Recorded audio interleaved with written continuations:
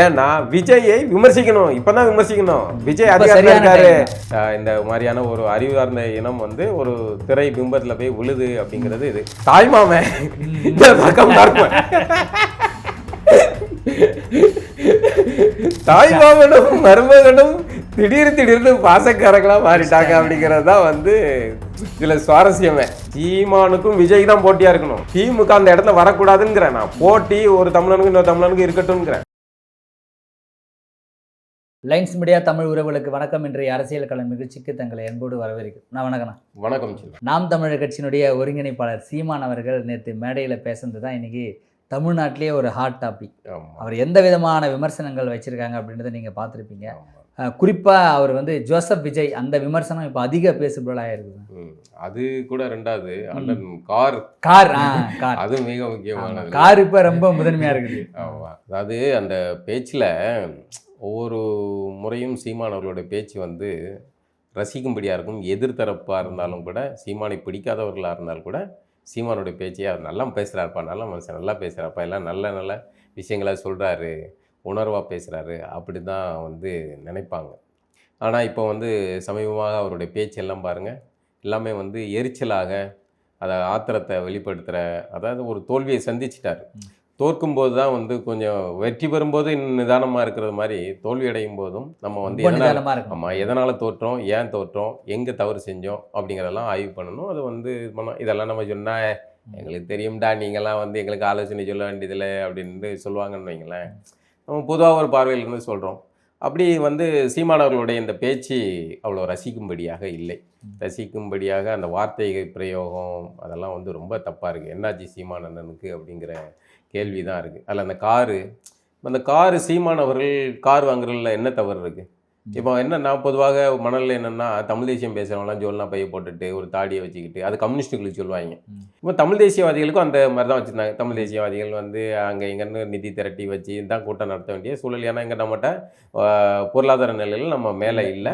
அப்படியே இருக்கிறவங்க கூட இந்த தமிழ் தேசியத்து பக்கம் வரமாட்டாங்க. அவர்களுடைய வணிக சந்தை தான் பார்ப்பாங்க. ஸோ அதனால் அங்கே எங்கே இந்த நிதி திரட்டி தான் வந்து கட்சி நடத்த வேண்டியது. ஒரு கூட்டங்கள் தமிழ் தேசிய அமைப்புகள் கூட்டங்கள் நடத்தணும்னா கூட அவர்கள் நிதி திரட்டி தான் நடத்தணும். நாம் தமிழர் விட்டுருங்க, சாதாரண பிற அமைப்புகள் இருக்குல்ல, ஏகப்பட்ட தமிழ் தேசிய அமைப்புகள் இருக்காங்க. தமிழ் தேசியவாதிகள் ஒரு நல்ல நிலைக்கு வரக்கூடாதா? ஏன் அதில் என்ன தவறு இருக்குது? இது எப்போவுமே பஞ்சப்பாட்டு பாடிக்கிட்டே இருக்கணுமா அப்படிங்கிற கேள்வியெல்லாம் நியாயமானது. இப்போ வந்து சீமான் அவர்களுக்கு அவருடைய கட்சி தொண்டர்கள் தம்பிமார்கள் வந்து கார் வாங்கி கொடுக்குறாங்க. இப்போ ஒரு தலைவர் ஒரு இது பாதுகாப்பு இதெல்லாம் தேவைப்படுது இல்லை, அப்படிங்கும்போது அது ஒன்றும் தவறு கிடையாது. இப்போ அது மாதிரி திரள் நிதி திரட்டுறது, திரள் நிதி சீமான் கம்யூனிஸ்ட் அப்படி தானே பண்ணுறாங்க. ஆமாம், இதுக்கு எல்லாமே கம்யூனிஸ்ட் திமுக எல்லாமே திரள் நிதி ஒன்றும் தவறு கிடையாது. திரள் நிதி வாங்குறதுல மக்களுக்காக ஒரு இயக்கம் நடத்துகிறீங்க, மக்களிடம் வந்து அரசியல் பேசுகிறீங்க. அப்படிங்கும்போது மக்களிடம் இருந்து பணம் பெறுறது ₹1, ₹2, ₹5, ₹10, ₹500 அப்படின்னு மக்களிடம் இருந்து அவர்களால் முடிந்த தொகையை வாங்கி அது பண்ணுறதுங்கிறது இது ஒரு நல்ல ஃபார்மேட், இது ஒரு நல்ல கான்செப்ட். ஆனால் என்ன சிக்கல்னால் இந்த வார்த்தை இது அந்த பேச்சு. இப்போ அந்த கார் வாங்கினதுங்கிறது ஒரு பல ரோலாக எல்லாருமே விமர்சனம் பண்ணுறாங்கன்னு வைங்களேன். இது தம்பிமார்கள்லாம் கஷ்டப்படுறாங்க. அண்ணன் வந்து பென்ஸ் காரு, வீடு, பங்களான்னு அவர் சிறப்பாக இருக்காரு அப்படின்லாம் வந்து விஜய் தரப்போ இல்லை மற்ற எதிர்த்தரப்போ இன்னைக்கு வந்து திமுக பேசுறது இல்லைன்னு வைங்களேன். திமுக இப்போ எதிர்த்தரப்பில் இல்லை. இப்போ வந்து பாஜக பேசுவாங்க, எல்லாம் விஜய் தரப்பு பேசுகிறாங்க. அதிமுகவும் பேசுறது இல்லை. அதிமுக இப்போ இந்த விஷயங்கள்லாம் பேசுறது இல்லை. சீமானை வந்து அவர்களுடைய ஐடி விங்கிகள் வந்து சீமானை வந்து விமர்சித்து இப்போ பேசுறது இல்லை. கவனிச்சிருப்பீங்க நீங்கள். ஆமாம், அதனால் நாம் தமிழர் இவங்க விஜய் கட்சியினர் வந்து பேசுகிறாங்க. இப்போ அந்த கார் வாங்கி கொடுத்தது யாரு அப்படிங்கிறது ஒரு பெரிய $1 மில்லியன் தேடுறாங்க. ஆமாம், அதான் இது பண்ணுறாங்க. அது ஒன்றும் மருமக அப்படின்னு அண்ணன் ஒரு வார்த்தையை சொல்கிறாப்புல. இப்போ மருமக அப்படின்னு ஒரு கோடு வேடை சொன்ன உடனே பலர் என்ன நினச்சிருக்காங்க, மருமகன்னா ஒன்று மருமகன் இருக்காரு, இன்னொன்று அதான் மாப்பிள்ளை, இன்னொன்று மகன் அப்படின்னு 2 பேர் இருக்காங்க. இப்போ மருமகன் அப்படின்னா அப்போ அப்பாவின் மருமகனா அப்படிங்கிற ஒரு சந்தேகம் பலருக்கு ஓடுது. அப்பாவின் மருமகன் வந்து ஒருத்தன் ஒரு கட்சி ஆரம்பித்து 16 ஆண்டுகள் ஆகுது. இத்தனை ஆண்டுகளாக வந்து இந்த பாசக்கார மருமகன் எங்கே போனாருன்னு தெரில. என்னடா பொசுக்குன்னு அண்ணன் வந்து அப்போ பாலா தான் கார் வாங்கி கொடுத்துருக்காப்புல. சரியா, கட்சி ஆரம்பிச்சு இது பண்ணும்போது இயக்குனர் பாலா தான் கார் கொடுத்து அவர்கிட்ட இருந்த காரை கொடுத்துருக்காப்புல. நீங்க இல்லையா? நான் இல்லைங்க, நமக்கு அதுக்கே இது நம்ம பொழப்ப ஓட்டது பெருசா இருக்கு. அப்போ அந்த இயக்குனர் பாலா வாங்கி கொடுத்த காரில் தான் கொஞ்ச நாள் ஓட்டினாப்புல. அதுக்கப்புறம் கொஞ்சம் இது தேர்ந்த பிறகு அவர் ஒரு கார் வாங்கி தரணுங்களேன். இப்போ இந்த புதுசாக வந்திருக்க இந்த மருமகன் யாரு அதனால எங்க இருந்தாரு? ஆமா, அப்போ அண்ணன் வேற அந்த மருமகன் பேரை சொல்லியிருக்கலாம், மருமகன் பேரை வேற சொல்லல. இப்ப என்ன பல பேர் என்ன சந்தேகப்படுறாங்கன்னா, இது அப்பாவின் மருமகனா, அந்த அப்பா தமிழ்நாட்டோடைய அப்பாவை காணாமல் போன அந்த அப்பாவின் மருமகன் தான் இந்த காரை வாங்கி கொடுத்துருப்பாரு போல இருக்கு. வாங்கி கொடுத்துட்டு அவர் இறங்கி நடந்து போயிட்டாரா என்னன்னு தெரியல. நம்ம மாமா இவ்வளவு கஷ்டப்படுறாப்புல, ஒரு அம்பாசிடர் உடஞ்சி போன லொடுக்கு நம்ம கரகாட்டம் படத்துல வர்ற ஒரு அந்த பேரிச்சம்பளம் காரை மாதிரி ஒரு கார்ல போய் கஷ்டப்படுறாப்புல மாமா. அதனால மாமாவுக்கு ஒரு பென்ஸ் காரை வாங்கி. அப்படி ஒரு மருமகன் இருக்கக்கூடாது. அதைத்தாங்க நானும் அந்த மருமகன் பேரை சொல்லிட்டு அப்பா இந்த மருமகன் தப்பா வாங்கி கொடுத்தாப்புலன்னா முடிஞ்சு போச்சு. அப்படி நல்ல விஷயம் தான். ஆனா என்னன்னா, இந்த ஆரம்ப காலத்துல இந்த மருமகன் எங்க போனாப்புலன்னு தெரியல. இந்த மருமகன் இப்ப பிரச்சனை என்னன்னா, தாய்மாமன் இந்த பக்கம் தாய்மாமனும் மருமகனும் திடீர்னு பாசக்காரங்களா மாறிட்டாங்க அப்படிங்கிறது தான் இதுல சுவாரஸ்யமே. பொது வெளியில இந்த மாதிரி சந்தேகப்படுறாங்க, இந்த மருமகன் யாரு, திடீர் மருமகன் யாரு, அந்த தாய்மாமன், இதெல்லாம் கனெக்ட் பண்ணி பார்த்து சரி ஓகே என்னமோ நடந்திருக்கு அப்படின்ட்டு. இல்லைன்னா இப்போ இந்த காருக்காக இவ்வளோ கொந்தளிக்க வேண்டிய தேவை என்ன இருக்கு? இல்லை, ஆனால் என்ன சொல்கிறாங்க இதில் அக்காவுக்கு லாட்ஜ் இருக்குது, அவங்களுக்கு எக்ஸ்போர்ட் ஐட்டம் அந்த பிரைவேட் கம்பெனிஸ் இருக்குது, அண்ணனுக்கு சொந்தமாக ஊரில் நிலம் இருக்குது. இதெல்லாம் இருக்கும்போது இது தவிர வருஷத்துக்கு ஒரு படம் நடிக்கிறாரு. இப்போ கூட எல்லைக்கு நடிச்சாரு, படமும் நடிக்கிறாரு. அதுலேயும் வருஷத்துக்கு அவர் தேவை. அதையும் தாண்டி கட்சிக்காரங்க கொஞ்சம் பணம் கொடுத்தா நாங்கள் அதை வச்சு அண்ணா இது ஆகிறோம், இது கூடவா முடியாது, இவ்வளோ இருக்கும் போது எங்களால் பண்ண முடியாது. தாராளமாக அதை தான் இதுக்கு எதுக்கு இவ்வளோ டென்ஷன் ஆகணும்? இப்போ என்னோட மருமகன் இந்த இருக்காப்புல, மதுரையில் இருக்காப்புல, வாங்கி கொடுத்தாரு, அந்த மருமகன் தான் வாங்கி கொடுத்தாப்புல. நீங்கள் வேற எந்த மருமகனையும் நினைக்காதீங்க, அவர் என் மேலே அக்கறையில் வாங்கி கொடுத்தாப்புலன்னா முடிஞ்சு போச்சு. அது இல்லாமல் ஒரு கார் வாங்குறது எல்லாம் இல்லை, உங்கள்கிட்ட எல்லாம் எதுக்கு சார் சொல்லணும்? உண்மைதான். நான் இந்த இப்போ என்ன வீட்டில் சாப்பாடு வழி இல்லை, உங்கள்கிட்ட சொன்னால் நீங்கள் கொடுப்பீங்களா? இல்லை. அப்போ நான் கார் வாங்கினது மட்டும் எப்படி நீங்கள் கேட்பீங்க அப்படிங்கிற கேள்வி நியாயமானது தானே. கார் வாங்குறது, வீட்டில் சீமான் என்ன செய்கிறாரு, வீட்டில் ஒரு ஃபோட்டோ ஃப்ரேம் போடுறாரு, ஒரு பெரிய கடிகாரம் வாங்கி வைக்காரு, இதை எல்லாத்தையுமே உங்கள்கிட்ட சொல்லிக்கிட்டு இருக்கணும். ஒரு கட்சி தலைவர் ஆகிட்டாருன்னா அதுக்காக எல்லா விஷயத்தையும் உங்கள்கிட்ட சொல்லணுமா? இல்லை. அப்படிங்கும்போது அவருடைய மருமகன் அவருக்கு கார் வாங்கி கொடுத்துருக்காரு, அவர் சந்தோஷமாக போகிறார். இது என்னென்னா, இந்த கார் வாங்கினதை விமர்சனம் பண்ணுபவர்கள் யார், அதுக்கு சீமானவர்கள் எப்பா அந்த வார்த்தை தான், அந்த வார்த்தையை இப்படி பேச வேண்டிய தேவை இல்லை அப்படிங்கிறது. இது கார் வாங்கிட்டா இன்னும் உங்க ஆத்தா பத்தா தாலி எடுத்து வித்தாடா வாங்கினா என்னடா, அது சீமான் அவர்கள் ஏதோ ஒரு வகையில் பதட்டமாகிறார் அப்படிங்கிறது தான். ஏன் இவ்வளோ எரிச்சல் ஆகணும்? எவனோ ஒருத்தன் அவதூறு சொல்கிறான் அப்படின்னா அதுக்கு நம்ம எதுக்கு பதட்டமாகணும்? நம்ம மடியில் கனம் இல்லை, வழியில் பயம் இல்லை. அப்படிங்கும்போது மடியில் கனம் இருந்தால் நமக்கு ஒரு பதட்டம் வரும், ஐயோ கண்டுபிடிச்சிட்டாங்களோ அப்படின்ட்டு. நமக்கு அப்படி எந்த இதுவும் இல்லைல்ல. அப்போ சீமான் அவர்கள் இந்த பதட்டம் தேவையில்லை அப்படிங்கிறது ஒன்று. அப்புறம் நீங்கள் சொன்ன மாதிரி விஜய் அவர்களை, ஜோசப் விஜய் நிறைய அந்த உரை முழுக்கவே அப்படியே ஒவ்வொரு வார்த்தையும் எடுத்து போட்டு டீகோட் பண்ணி பேசலாம் போல இருக்கு. அவ்வளோ விஷயங்கள் பேசுறாரு. அவ்வளவும் பல விஷயங்கள் அங்கே இருக்கிற தம்பிமார்கள் விசிலடிக்கலாம், இது பண்ணலாம் இல்லையா? ஆனால் பொதுவில் நீங்கள் கேட்டு பாருங்க, இது சீமான் மக்கள் இதை எப்படி எடுத்துக்குவாங்களா, ஆதரிப்பாங்களா, அவர் தலைவராக ஏற்றுக்குவாங்களா, இல்லை அடுத்த முறை பரிதாபத்தின் அடிப்படையிலே அது வாக்களிக்கலான்ற ஒரு மனநிலைக்கு அது வருவாங்களா? அதான் அதெல்லாம் எனக்கு எவனும் போட்டா போடாத போ. ஒரு தலைவர் இப்படி ஓட்டு கேட்பாராங்க, அப்படி கேட்கக்கூடாது. நம்ம அதை பல தடவை சொல்லிட்டோம். அப்படி ஓட்டு பண்ணாங்க, உனக்கு என்னை விட்டால் நாதி இல்லை, நான் தான் உனக்காக இருக்கிறேன், என்னை விட்டுறாத, நீ உனக்காக குரல் கொடுக்கறதுக்கு நான் மட்டும் தான் இருக்கிறேன், எல்லா பேரும் உன முதுகுல குத்துறான், உனக்கு அநியாயம் பண்ணுறான், ஆனால் உனக்காக பேசிக்கிட்டு இருக்கிறது நான் மட்டும் தான், நீ என்னை விட்டுறாத, எனக்கு ஓட்டு போடு, நீ எனக்கு தான் ஓட்டு போட்டாகணும் அப்படின்னு சொன்னால் அது பாசிட்டிவ். நீ போட்டா போடு, போடலடா போ அப்படின்னா எவசார் போடுவா. கடைசியில் டெபாசிட் இல்லாத அளவுக்கு தோக்கடிச்சு விட்டாங்கல்ல. இப்போ அந்த தோக்கடிச்சதோடைய விளைவு விஜயோட வெற்றி. விஜய் எந்த இடத்துலையுமே நெகட்டிவாக பேசியிருக்காரா? இல்லை. கான்ஃபிடென்ட்டாக இருங்க மக்களே, கான்ஃபிடென்ட் தான் பாசிட்டிவாக பேசுறது, கான்ஃபிடென்ட். அவர் வெற்றி இது முடிவு, நம்ம ஜெயிக்கணும்னு முடிவு பண்ணிருக்காரு. அப்ப இவர் தோக்கணும்னு முடிவு பண்ணாரா? என்ன பேச்சுங்க இது? அவரு ஜெயிக்கணும்னு முடிவு பண்ணியிருக்காரு, மக்கள்கிட்ட நேரடி தொடர்புல இருந்தாரு, மக்கள் அவரை தேர்வு பண்ணாங்க, அவ்வளோதான் நம்ம அதை ஏற்றுக்க முடியும்.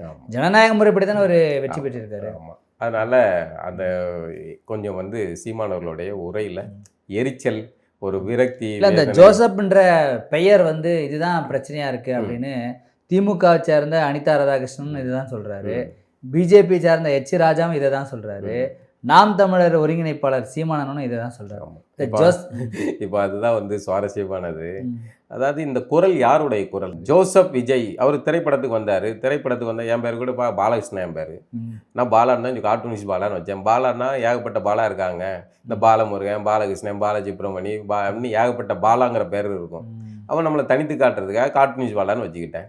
இப்போ பாலகிருஷ்ணன் ஏன் வந்து கார்ட்டூனிஸ்ட் பாலான்னு வச்சார் அப்படி கேட்கலாமா? விஜய்க்கு சூர்யா, நடிகர் சூர்யா, அவர் பேர் சரவணன், சூர்யான்னு வச்சுக்கிட்டாரு. ஒரு திரைப்படத்துக்கு எல்லாம் தங்களுக்குன்னு ஒரு புனை பெயரை வைக்கிறது தான் அப்படின்னு வச்சுக்கிட்டாங்கன்னு வைங்களேன். விஜய் அவர் விஜய்னு வச்சு வந்தார்.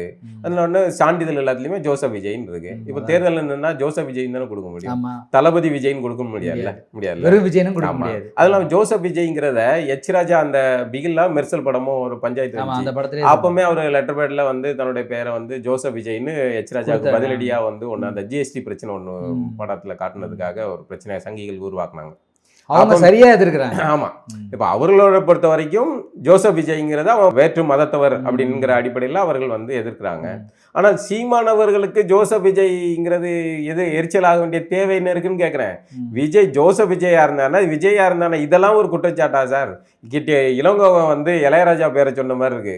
இளையராஜான்னு பேர் வச்சுக்கிட்டா நீங்க வந்து இதா அப்படின்னு கேட்ட மாதிரி இருக்கு. நீ வந்து இந்த இது வந்துட்டுனா காசு பணம் வந்துன்னா உயர் சாதி ஆயிருவியார்னு இளங்கோன்னு கேட்டாப்புல.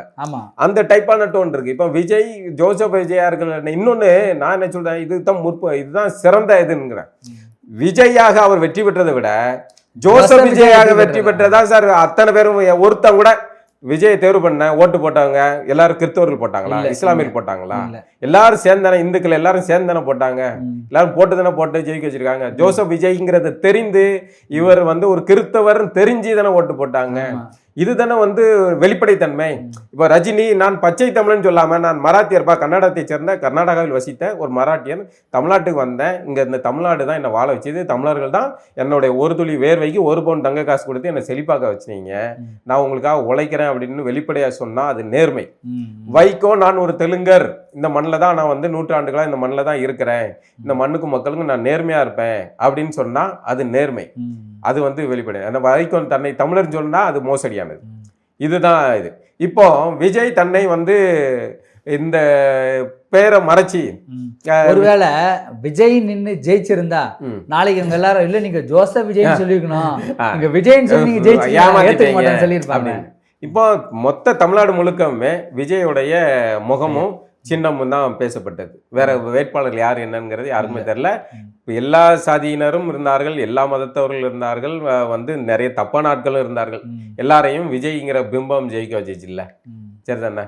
இப்போ இதுல வந்து ஜோசப்ங்கிற வார்த்தை சீமானவர்களுக்கு என்ன பிரச்சனை? அப்ப நம்ம வந்து எதிர்த்தரப்புல இருந்து அவர்கள் கேட்பாங்க, செந்தமிழன் சீமான் அவர்கள் செபஸ்டியன் சைமன் அப்படின்னு சொல்லப்படக்கூடிய சீமான் அவர்கள், அதாவது எச் ராஜாக்கள் வந்து சீமானை இப்படிதான் வந்து செபஸ்டியன் மகன் சைமன் அப்படின்னு அவர்கள் சீமானை கிறிஸ்தவர் அப்படின்னு அடையாளப்படுத்தி சீமான் அவர்கள் பேசிய தமிழ் தேசிய அரசியலை அவரை கிறிஸ்தவர், அவர் முப்பாட்டன் முருகன் வேல் அப்படின்லாம் தூக்குனப்போ இவர்கள் வந்து எடுத்த ஆயுதம் இதைத்தான் சொன்னார்கள். இப்போ அதே வார்த்தையை நீங்க சொல்றீங்க சார் இன்னொரு சக கிறிஸ்தவரை. இது யாருடைய குரல்? ஏன் இவ்வளவு எரிச்சல்னா உங்களுக்கு ஏது என்ன இருக்கு? இப்போ விஜயை விமர்சிப்பதற்கு 1000 காரணங்கள் இருக்கு. என்ன சட்டமன்றத்துக்கு வர்றீங்க, அதை பேசுங்க. அவ்வளவு எரிச்சல் என்னன்னா ஏன் இந்த அளவுக்கு பண்ணும்? விஜய் வெற்றி பெற்றார், 6 மாசம் ஆட்சியை நடத்த விடுங்க. ஆட்சி நடத்தும், கண்டிப்பா விஜய் மொக்கைய ஆட்சி நடத்துவார், கண்டிப்பா பண்ணுவாரு ஆட்சி. எனக்கு கீழே இருக்கிற அவர்களோட அமைச்சர்கள் எல்லாமே வந்து சொதப்பலா பண்ணிக்கிட்டு ரீல்ஸ் பசங்க புதுசா வந்திருக்காங்க. சொதப்பல ஆட்சி நடத்தினால் உங்களுக்கு வாய்ப்பு நீங்க வந்து 5 வருஷம் 31ல போயிட்டு போறது என்ன தோல்வியால வந்து தோண்டு போறாது. இது தொடர்ச்சியாக அதே மக்கள் ஒரு 5 வருஷம் பொறுத்து அவ்வளவுதானே மக்களுக்கு தெரிஞ்சிச்சு. திரண்டு வரும்போது தாலியை உடைச்ச கதையா வந்து இவ்வளவு தூரம் கொண்டு வந்துட்டு இப்ப வந்து இப்படி பேசி அநாகரிகமா பேசி எதுக்கு வந்து பேரை கெடுத்துக்கிட்டு இருக்காருன்னு தெரியல. உடனே சொன்னா பாத்தீங்களா, விஜய் திட்டின உடனே இவர்களுக்கு வந்து கோபம் வருகிறது அப்படின்னு. நீங்க விஜய் போட்டு அடிங்க, என்னமும் செய்யுங்க. நாமளே பாதி ஆமா. அடிச்சிருக்கோம். ஆமா, ஏன்னா விஜயை விமர்சிக்கணும், இப்பதான் விமர்சிக்கணும். விஜய் இப்ப அதிகாரத்துல சரியான இருக்காரு, time. ஐயா ஒழுங்கா ஆட்சி நடத்துங்க அப்படின்னு இப்பதான் நம்ம கேள்வி கேட்கணும். தேர்தலுக்கு முன்னாடி கேட்கக்கூடாது, தேர்தலுக்கு அப்புறம் கேட்டுக்கணும். ஆட்சி அதிகாரத்துக்கு முன்னாடி இதெல்லாம் சொதப்பி விட்டுட்டு இப்போ ஜோசப் விஜய் வரைக்கும் இங்க வந்திருக்கீங்க. இந்த இதை வந்து இப்போ வந்து ஜோசப் விஜய்க்கு பதட்டம் இல்லை, பயம் இல்லை. ஆமா, ஜோசப் விஜயா தான் இருக்காரு. சீமான் சைமன் அப்படின்னு சங்கிகளால சொல்லப்படக்கூடிய செபஸ்டியன் மகன் சைமன், அவருக்கு தான் வந்து பதட்டம், தன்னை வந்து இந்துவாக காட்டுவதற்காக பதட்டம்னு கேள்வி கேட்கலாம். இப்ப ஜோசப் விஜய்ங்கிறது விவாத பொருளா இல்ல.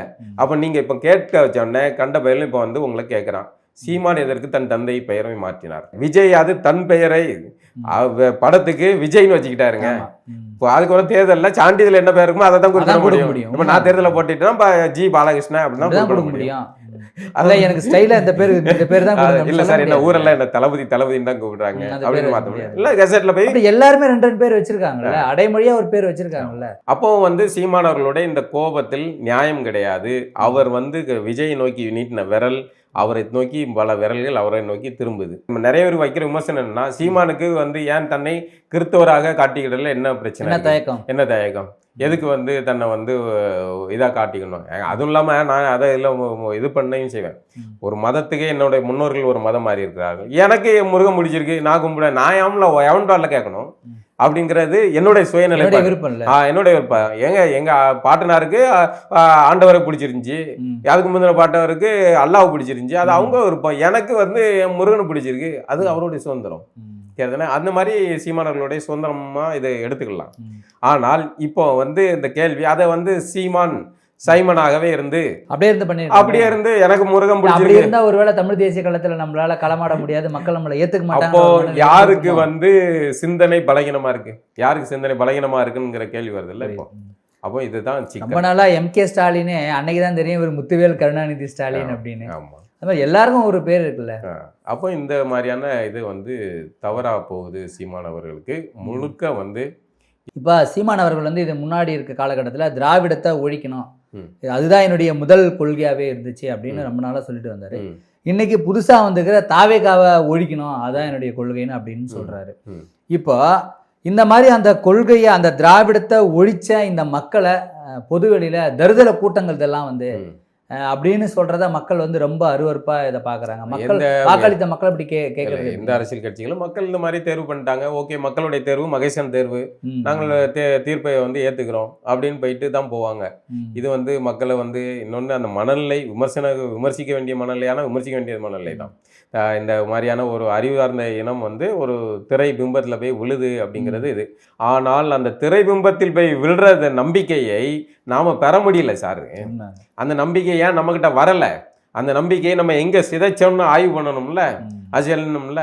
இப்போ அதுதானே சிக்கல். இப்போ வந்து நிறைய விஷயங்கள் நடக்குது. இப்போ காருக்காக நீங்கள் கோவப்பட்டீங்க, காரு அவர் விருப்பம். திருநெல்வேலியில் ஒரு டீ கூட அண்ணன் குடிக்க மாட்டார். அப்போ அதை இதை இப்படி சொன்ன உடனே கேட்குறா, அப்போ வந்து 2.5 லட்ச ரூபா மாதம் வீட்டுக்கு வாடகை யாருமே கொடுக்கா, எந்த காசுலேருந்து கொடுக்காங்கன்னு கேட்குறாங்க. அப்போ தாலி அறுத்தா வாங்கணும் அப்படிங்கிற ஒரு இதை வைக்கிறார்ல. கீழே இருக்கிற தம்பிமார்கள் எவ்வளோ பேருடைய தாலி அவர்கள் விற்று வச்சு தேர்தலில் போட்டி செலவு பண்ணி வச்சு இனத்துக்காக இந்த தமிழ் தேசிய அரசியலுக்காக வந்திருக்காங்க.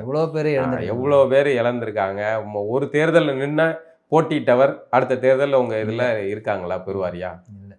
எல்லாத்தையும் ஓட்டாண்டி ஆகிட்டு தோத்துட்டு பெருமைக்கு நின்றுட்டு அந்த வாக்கு அண்ணன் சொல்லிட்டாரு நீ போட்டிடுறா அப்படின்னு சொன்ன உடனே அதனால் மனைவி தாலியிலேருந்து நகையிலேருந்து எல்லாத்தையும் அடகு வச்சு விற்று வச்சு பல தம்பிமார்களுடைய நகைகள் தாலிகள் காணாமல் போய் தான் இந்த தமிழ் தேசியம் 36 லட்சம் வாக்குகளாக மாறிச்சு. அது இப்போ வந்து பழையபடி 4% வந்து நிற்குது. இந்த 36 லட்சம் வளரும்போது சீமானுடைய பேச்சு, அவருக்கும் மக்களுக்குமான தொடர்பு வந்து ஒரு லெவல்ல இருந்தது. இந்த வாக்கு இன்னைக்கு குறைஞ்சதோ சீமானுடைய தரம், அவருடைய பேச்சு எல்லாமே இப்போ குறைவா இருக்கு. இப்போ என்னன்னா சீமான் அவர்களுக்கு ஒரு நம்பிக்கையின்மை உருவாயிடுச்சு. இனிமே இந்த தமிழ் தேசிய அரசியல் இதாகாது அப்படிங்கிற ஒரு, அதனால வர்ற வெறுப்பு மனநிலை. ஒருவேளை அந்த 2வது இடத்துக்கு முயற்சி செய்யறாருன்னு எடுத்துக்கலாமா? இல்லை, 2வது இடத்துக்கு இந்த மாதிரி பேசினா 2வது இடத்துக்கு இல்லை, கடைசி இடத்துக்கு கூட தேர்வு பண்ண மாட்டாங்க. 2வது நான் என்ன சொல்றேன், நம்ம அதுதான் விரும்புகிறோம். சீமானுக்கும் விஜய் தான் போட்டியா இருக்கணும். ஆனா இப்படி இருக்கக்கூடாது. திமுக அந்த இடத்துல வரக்கூடாதுங்கிறேன் நான். போட்டி ஒரு தமிழனுக்கு இன்னொரு தமிழனுக்கு இருக்கட்டும்ங்கிறேன். சீமானுக்கும் விஜய்க்கு தான். திராவிட கட்சிகள் அப்படியே அப்புறப்படுத்திடுவோங்கிறேன். திமுக அதிமுக அப்புறப்படுத்திடுவோம். போயிடுச்சு. பாஜக வர வேணாம், விஜய்க்கும் சீமானுக்கும் போட்டி இருக்கட்டும், ஆனால் அது நாகரிகமா இருக்கட்டும். இன்னும் இந்த மாதிரியான பேச்சுகள் சீமானவர்களை அந்த இந்த நிலைக்கு கொண்டு வராது. சாதாரண ஆட்கள் கூட இந்த பேச்சுகளை பார்க்கும்போது அது என்ன இப்படி பேசுறாரு, எவர்கிட்டையும் கேளுங்க, வேணா கீழே. அவருக்கு ஒரு சில கோபங்கள் இருக்கலாம் இல்லையா, என்னை பத்தி நீங்க இப்படி சொல்றீங்கன்னா ஒரு கார் வாங்க கூட சொல்றீங்க, என்னை பத்தி நீங்க ரொம்ப கேவலமா சமூக வலைதளத்தை நீங்க பதிவு போடுறீங்க, அதெல்லாம் ஏத்துக்கு நான் எப்படி இருக்க முடியும்? நான் பொதுத்தள அரசியலுக்கு வந்துட்டா எல்லாரும் விமர்சிக்க தான் செய்வாங்க. இப்போ நம்ம ஒரு காணொலி போடுறோம், கீழே எவ்வளோ ஆபாசமான கமெண்ட்டுகள் எழுதுறாங்க, வைக்காங்க, போடுறாங்க. அதுக்காக நம்ம அதை பற்றி கவலைப்பட அவனை பிளாக் பண்ணிட்டு போயிட்டே இருக்கணும், நம்ம பொழப்ப பார்த்துக்கிட்டோம். அதான் இந்த ஒரு அரசியல் பக்கம். ஒருத்தருக்கும் பதில் கொடுக்க வேண்டிய அவசியம் இல்லை. இப்போ நீங்கள் மருமகன் கார் வாங்கி கொடுத்தாருங்க, அப்போ இந்த மருமகன் இத்தனை ஆண்டுகளாக எங்கே போயிருந்தாரு அப்படின்னு கேள்வி வருது. கேட்கத்தானே செய்வான். அதே மாதிரி தாய்மாமன் சீர் கொண்டு வர்றதுக்கு இப்போ திடீர்னு ஒருத்தர் வர்றாரு. இப்போ முதல் குழந்தைக்கு இந்த தாய்மாமன் எங்கே போனாருங்கிற கேள்வி இயல்பா வர்றது தானே செய்யும். அப்போ திடீர்னு தாய்மாமன் உருவாகிறதும் திடீர்னு மருமகன் உருவாகிறதும் அப்படின்லாம் இருக்குல்ல. அடுத்து மகன் சார் அவர் ஏதாவது பாசத்தை காட்டுவாரா அப்படின்னு தெரியல. அப்போ இப்படியெல்லாம் சந்தேகத்தை உருவாக்குறாங்கல்ல, அதுக்கு சீமானவர்களுடைய பேச்சு காரணமாக இருக்கு. அவர் இதை நீங்கள் என்ன சொன்னாலும் யாரும் கேட்க போகிறது கிடையாது, இது நம்மளுடைய பார்வையை நம்ம பதிவு பண்ணுறோம், அவ்வளோதான். மீண்டும் ஒரு நிகழ்ச்சி சந்திப்போம்மா. நன்றி.